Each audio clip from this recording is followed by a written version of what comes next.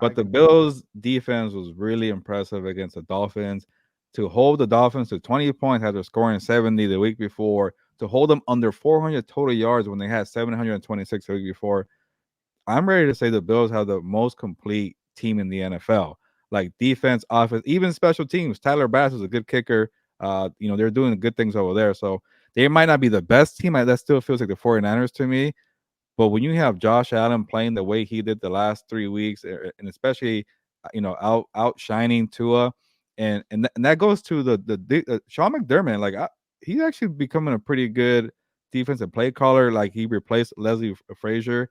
He was aggressive. He didn't do what the Patriots did like a couple of weeks ago. Okay, you want to attack us down the field because we know you're explosive. He said, "All right, I'm gonna make you guess Tua.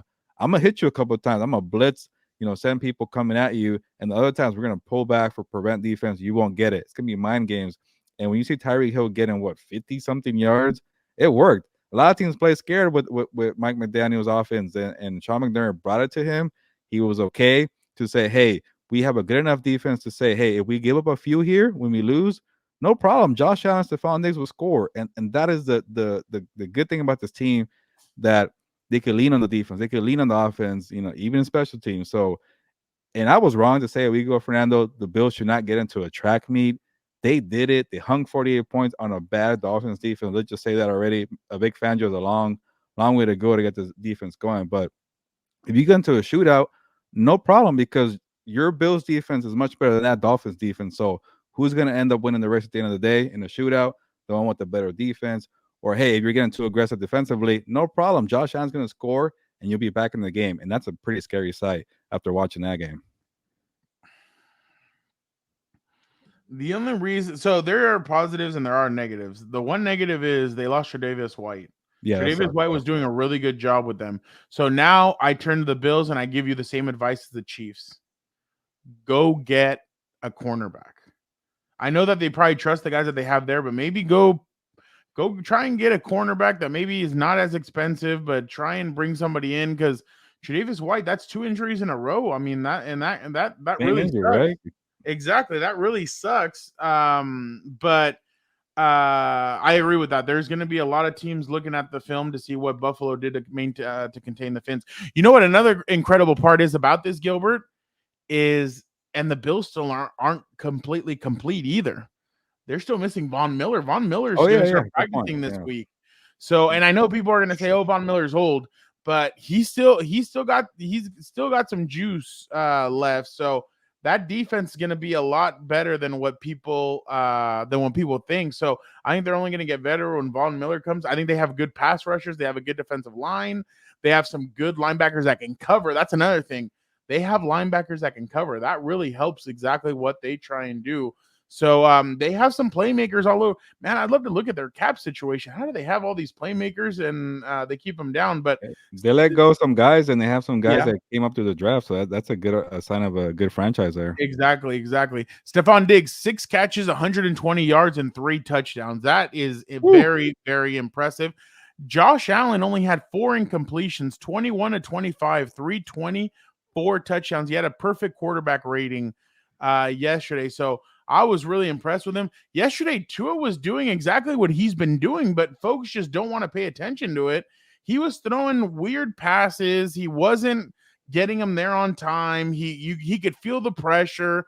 So, I mean, he had been doing some good stuff, but remember, there's always that one team that shines at the beginning of the season. Everybody gets very excited about, and then it takes one train running over the whole thing for them to kind of go, oh, okay, other teams to go, oh, okay, this is how to beat them. You do this, you do that. So I expect them to I expect the Dolphins to, I'm not going to say regress, but if you have a good quarterback, you should be able to compete against the Dolphins and do some good things against them. But I thought this was more about what the Dolphins lacked, I guess. I mean, they don't have.